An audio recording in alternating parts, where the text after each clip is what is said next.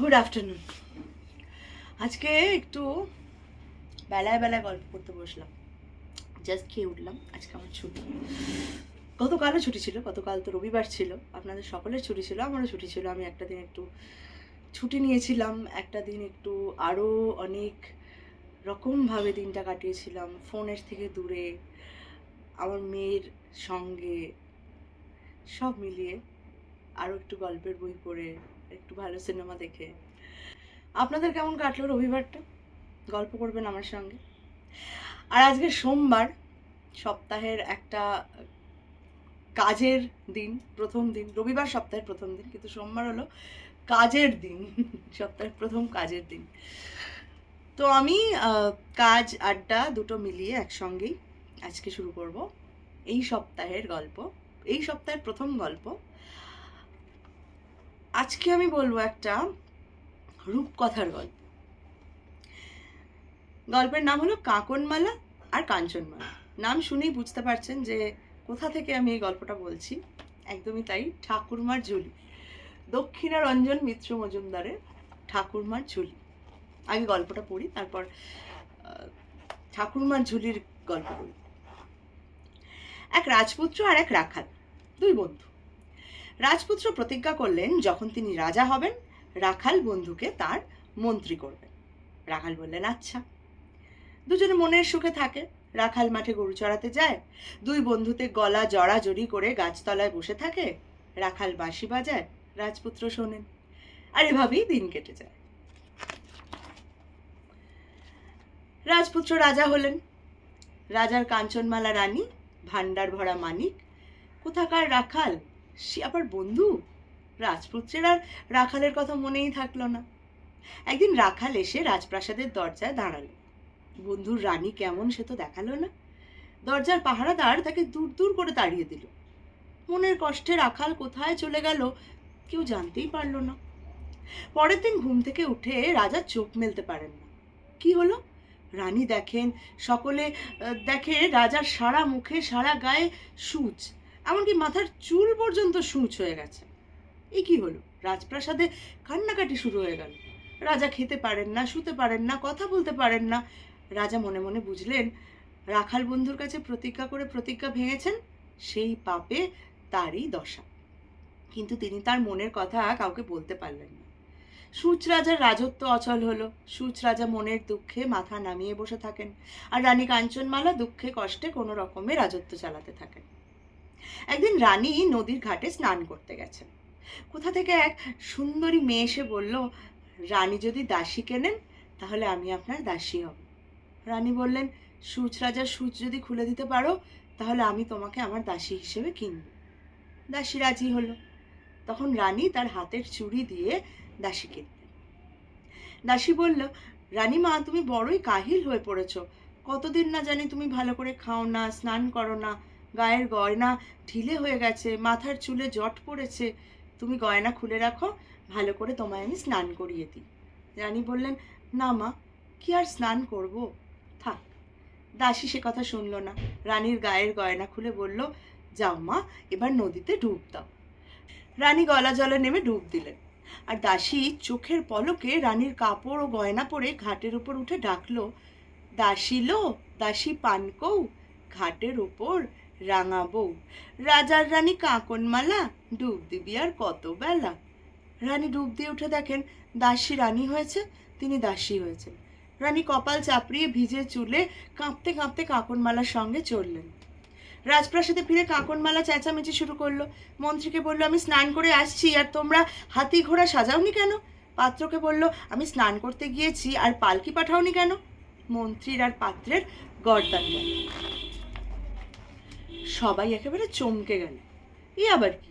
ভয় কেউ কিচ্ছু বলতে পারল না। কাকনমালা রানী হয়ে বসলেন, আর কাঞ্চনমালা দাসী হয়ে রইলেন। রাজা কিছুই জানতে পারলেন না। কাঞ্চনমালা আস্তা করে বসে মাছ কাটেন আর কাঁদেন। হাতের কাঁকন দিয়ে কিনলাম দাসী, সেই হলো রানী, আমি হলাম বাঁদী। কিবা পাপে সোনার রাজার রাজ্য গেল ছাড়, কিবা পাপে ভাঙলো কপাল কাঞ্চনমালার। রানী কাঁদেন আর চোখের জলে ভাসেন। রাজার কষ্টের সীমা নেই। গায়ে মাছি বসে, সূচের জ্বালায় গা মুখ চিনচিন করে। কিন্তু তাকে কে আর হাওয়া করে, কে আর ওষুধ দিয়ে সেবা যত্ন করে? একদিন ময়লা কাপড় ধুতে কাঞ্চনমালা নদীর ঘাটে গেছে। দেখেন একটা লোক একরাশ সুতো নিয়ে গাছতলায় বসে বসে বলছেন, পাই 1000 সুচ, তবে খাই তরমুজ। সুচ পেতাম 5000, তবে যেতাম হাট বাজার। যদি পাই লাখ, তবে দেই রাজ্য পাট। রানী শুনে আস্তে আস্তে গিয়ে বললেন, কে ভাই তুমি? সুচ চাও? আমি দিতে পারি, তা সুচ কি তুমি তুলতে পারবে? শুনে লোকটা চুপচাপ সুতোর পুটলি নিয়ে রানীর সঙ্গে চলল। পথে যেতে যেতে কাঞ্চনমালা লোকটার কাছে নিজের দুঃখের কথা সব বললেন। শুনে লোকটি শুধু বলল, আচ্ছা। রাজপ্রাসাদে গিয়ে লোকটা রানীকে বলল, রানীমা, রানীমা, আজ পিঠকুরুলির ব্রত, রাজ্যে পিঠে বিলোতে হয়। আমি লাল সুতো নীল সুতো রাঙিয়ে দিই, আপনি গিয়ে উঠোনে আলপনা দিয়ে পিঁড়ি সাজিয়ে দিন, আর দাসী সব জোগাড় করে দিন। রানী তা শুনে খুব খুশি হয়ে বলল, তা কেন, দাসী তো কি হয়েছে, দাসীও আজ পিঠে করুক। তখন রানী আর দাসী দুজনে মিলে পিঠে তৈরি করতে গেলেন। ওমা, রানী যে পিঠে বানালেন তা আজকে পিঠে, চাষকে পিঠে আর ঘাসকে পিঠে। আর দাসী বানালো চন্দ্রপুলি, মোহনবাসী, ক্ষীর মুরলি, চন্দন পাতা। লোকটা তখন বুঝতে পারলো যে কে রানী আর কে দাসী। পিঠে বানিয়ে দুজনে আলপনা দিতে গেলেন। রানী এক মনে চাল বেটে 7 কলসি জলে তা গুলে উঠোনে আলপনা দিতে বসলেন। এখানে 1 খাবলা দেন, আরেক জায়গায় আর 1 খাবলা দেন। আর দাসী উঠোনের একটা কোণ একটু পরিষ্কার করে সামান্য চাল গুঁড়ো একটু জল মিশিয়ে একটু ন্যাকড়া ভিজিয়ে আস্তে আস্তে পদ্ম ফুল আঁকলেন। পদ্ম ফুলের পাশে সোনার 7 কলস আঁকলেন। কলসের ওপরে চূড়া, দুদিকে ধানের ছড়া এঁকে ময়ূর, পুতুল, মা লক্ষ্মীর পায়ের ছাপ এইসব আঁকলেন। তখন লোকটা কাঁকনমালাকে ডেকে বললেন, ও দাসী, এই মুখে রানী হয়েছিস? হাতের কাঁকনের নাগন দাসী, সেই হলো রানী, রানী হলেন দাসী। ভালো চাস তো নিজের আসল রূপে ফিরে যা। কাঁকনমালা প্রচণ্ড রেগে গেল, চিৎকার করে বলল, কে রে পোড়ার মুখো, চলে যা এখান থেকে। জল্লাদকে ডেকে বলল, দাসীর আর ওই লোকটার গর্দান নাও, ওদের রক্ত দিয়ে আমি স্নান করব, তবে আমার নাম কাঁকনমালা। জল্লাদ গিয়ে দাসী আর ওই লোকটাকে ধরল। তখন লোকটা পুটলি খুলে বলল, সুতন সুতন নটখটি, রাজার রাজ্যে ঘটমটি, সুতন সুতন নেবর পো, জল্লাদকে বেঁধে থো। 1 গোছা সুতো দিয়ে জল্লাদকে একবারে আষ্টে পৃষ্ঠে বেঁধে ফেলল। লোকটা আবার বলল, সুতো তুমি কার? সুতো বলল, পুটলি যার তার। লোকটা বলল, যদি সুতন আমার খাও, কাঁকনমালার নাকে যাও। সুতোর 2টো গুটি গিয়ে কাঁকনমালার নাকে বসলো। কাঁকনমালা ব্যস্ত হয়ে উঠে বলতে থাকলো, দরজা বন্ধ করো, দরজা বন্ধ করো, এটা পাগল, দাসী পাগল হয়ে নিয়ে এসেছে। পাগল তখন মন্ত্র পড়ছে, সুতন সুতন সরুলি, কোন দেশে ঘর, সুচ রাজার সুচে গিয়ে আপনি পর। দেখতে না দেখতে হিল হিল করে লক্ষ লক্ষ সুতো রাজার গায়ের লক্ষ সুচ পরে নিল। তখন সুচেরা বলল, বলো এবার কোথায় সেলাই করি? লোকটি বলল, নাগল দাসী, কাঁকনমালার চোখ মুখটি। রাজার গায়ের লক্ষ সুচ উঠে গেল। গিয়ে তারা কাঁকনমালার চোখ মুখে সেলাই করতে থাকলো। কাঁকনমালা তখন ছটফট করতে থাকলো। রাজা তখন তাকিয়ে দেখেন, এই যে তার রাখাল বন্ধু। রাজা আর রাখাল কোলাকুলি করলেন আর তারা আনন্দে কাঁদতে থাকলেন। রাজা বললেন, বন্ধু, আমায় ক্ষমা করো, 100 জন্ম তপস্যা করেও তোমার মতন বন্ধু পাবো না। আজ থেকে তুমি আমার মন্ত্রী, তোমাকে ছেড়ে আমি কত কষ্ট পেলাম, তোমাকে আমি আর ছাড়বো না। রাখাল বলল, আচ্ছা, তা তোমার সেই বাঁশিটি যে হারিয়ে ফেলেছি, আমায় আর একটা বাঁশি দিতে হবে। রাজা রাখাল বন্ধুর জন্য সোনার বাঁশি গড়িয়ে দিলেন। তারপর সূচের জ্বালায় দিনরাত ছটপট করতে করতে কাঁকনমালা মারা গেল। কাঞ্চনমালার দুঃখ ঘুচল। তারপর থেকে রাখাল সারাদিন মন্ত্রীর কাজ করেন, রাতে চাঁদের আলোতে আকাশ ভরে গেলে রাজাকে নিয়ে নদীর ধারে গিয়ে সেই গাছের তলায় বসে সোনার বাঁশি বাজান। রাজা মন্ত্রী বন্ধুর গলা জড়িয়ে বাঁশি শোনেন। রাজা, রাখাল আর কাঞ্চনমালার সুখে দিন কাটতে লাগলো। আমার ছোটবেলার খুব প্রিয় ছিল ঠাকুরমার ঝুলি, দক্ষিণারঞ্জন মিত্র মজুমদারের ঠাকুরমার ঝুলি। তার থেকে একটা গল্প আজকে পড়লাম আমি একটু ওনার কথা একটু পড়ে শোনে। আমার খুব ভালো লাগে যে যার বই তার বক্তব্য পড়তে আমি ছোটবেলা থেকে পড়ি। ভূমিকা আর উপসংহার বইয়ের প্রথম মলাটে একটা থাকে, শেষ মলাটে যেটা থাকে, দুটো একসঙ্গে। উনি বলেছেন, একদিনের কথা মনে পড়ে।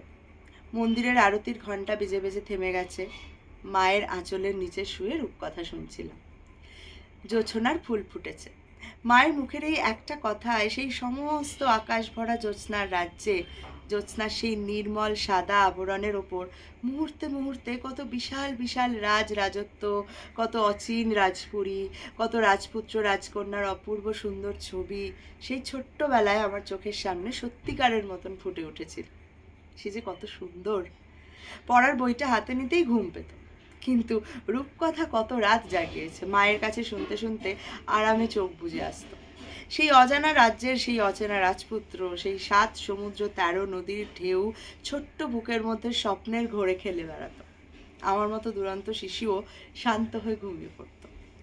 বাংলার সবুজ গায়ের কোণে কোণে এমনই অপার আনন্দ ছিল, এমনই আচ্ছন্নতা ছিল।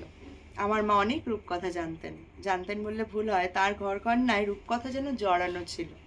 তখনকার দিনে এমন মা ঠাকুমা ছিলেন না যারা রূপকথা জানতেন না।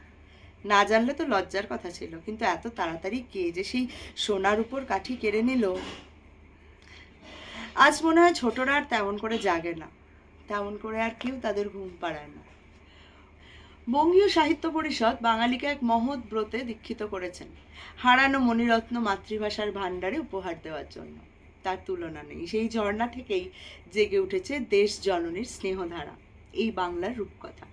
মায়ের মুখের মধুর কথার রেশ ভাসত মনের মধ্যে। পরে বাংলার গ্রামের বৃদ্ধাদের কাছে আবার তা শুনতে শুনতে শিশুর মতো হতে হয়েছিল। সেই সব শুকনো কাঠামোর ওপরে প্রায় 1 যুগের শ্রমের ফসল এই ফুল মন্দির। কেমন হয়েছে বলতে পারি না, আমি বসে বসে শুধু ছবিগুলো আঁকতে চেয়েছি। শরতের ভোরে আমার এই ঝুলি সোনার আলোর হাটের মাঝখানে এনে দিলাম। আমার মায়ের মতন মা বাংলার ঘরে ঘরে কতই না আছেন। তারা যদি নিজের হাতে তুলে নেন তবেই আমার শ্রম সার্থক। যেমনটি চেয়েছিলাম ততটা হয়তো হয়নি, কিন্তু বই যে তাড়াতাড়ি প্রকাশিত হলো, এর জন্য বঙ্গভাষা ও সাহিত্যে আমার অগ্রজ প্রতিম শ্রদ্ধেয় দীনেশচন্দ্র সেন মশাইয়ের অবদান অনস্বীকার্য। তার ঋণ শোধ করা যাবে না। আমার ছোট্ট বোনটিও নানা রকম সাহায্য করেছে। প্রিয় বন্ধু বিমলাকান্ত সেন ছাপার কাজে অনেক পরিশ্রম করেছে, তার কাছেও কৃতজ্ঞতার ভাষা নেই। জ্যোৎস্না মাখা সন্ধ্যার আরতি বাজনা বাজছে। এই সুন্দর সময় যাদের জন্য এই ঠাকুরমার ঝুলি, তাদের হাতে তুলে দিয়েই বিদায় নিলাম। এটা কিছুটা এখনকার ভাষায় পরিবর্তিত করে লেখা, শ্রী দক্ষিণা রঞ্জন মিত্র মজুমদারের লেখা। এই যে উনি লিখেছেন যে মায়ের কাছে যখন রূপকথার গল্প শুনতাম, গল্পটা শুনতে শুনতে, রূপকথার গল্পে তো রূপকথা মানে সবটাই একটু লার্জার দ্যান লাইফ হয়, যে একটা রাজপুত্র থাকে, সে তার একটা ঘোড়া থাকে, সাদা রঙের শ্বেত শুভ্র একটা ঘোড়া, সেই ঘোড়ায় করে বরফের পাহাড় ডিঙিয়ে, পাইন গাছের রাস্তা ডিঙিয়ে সেই রাজপুত্র রাজকন্যাকে উদ্ধার করতে যায়। আমার বাবা, আমি যখন ছোট ছিলাম, নানা রকম গল্প বলতেন, তার সঙ্গে আমাকে ঘুম পাড়ানোর জন্য বাবা একটা গান গাইতেন। সেই গানটা আমি খুব ভিজুয়ালাইজ করতাম। সেই গানটা, এই গানটা শুনলে আমার একটা অদ্ভুত মন খারাপ হতো। মনে হতো যে যেহেতু আমি যখন ভিজুয়ালাইজ করতাম তখন ভাবতাম যে সেই জায়গাটায় আমি চলে গেছি। তাই মনে হতো যে আমার আশেপাশের এই সমস্ত কিছু থেকে আমি অনেক দূরে চলে যাচ্ছি গানটা শুনলে। 2 লাইনের গান, আমি খুব খারাপ গাই, কিন্তু চেষ্টা করছি সেই এই নস্টালজিয়াটা আমি ছাড়তে পারলাম না আসলে। মরু পাহাড়ের পাইন পেরিয়ে নীল সাগরের ঢেউ দুলিয়ে ঘুম নেমে আয় ঘুম আয় ঘুম। এই গানটা শুনলে আমি সেই মরু পাহাড়ের দেশে চলে যেতাম, পাইন বনের দেশে চলে যেতাম।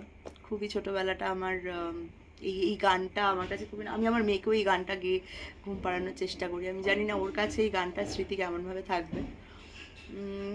এই যে উনি লিখেছেন যে এখনকার বাচ্চারা আর রূপকথা গল্পের জন্য রাত জাগে না। আমি আমার মনে আছে আমি পড়ার বইয়ের ফাঁকে গল্পের বই লুকিয়ে নিয়ে পড়তাম, বকাও খেয়েছি, মারও খেয়েছি। সেই জন্য আমি প্রচুর দিন এরকম শীতকালে লেপ মুড়ি দিয়ে ভেতরে বই নিয়ে এরকম করে করে পড়তাম। তার জন্য খুব বকা খেয়েছি বাবা মায়ের কাছে। বই পড়ার জন্য নয়, রাত জেগে বই পড়ার জন্য, কারণ পরের দিন সকালে স্কুল আছে। আর এই রকম বই পড়া, গল্প বই পড়া, আমাদের পুরনো গল্পের বই যেগুলো আমাদেরকে নানান রকম ভাবে আমাদের ঐতিহ্যটাকে, আমাদের সংস্কৃতিটাকে বাঁচিয়ে রেখেছে, এই বইগুলো পড়ার অভ্যাস আমি আমার মেয়ের মধ্যেও তৈরি করার চেষ্টা করব। জানি না সেটা কতটা হবে, দেখা যাক।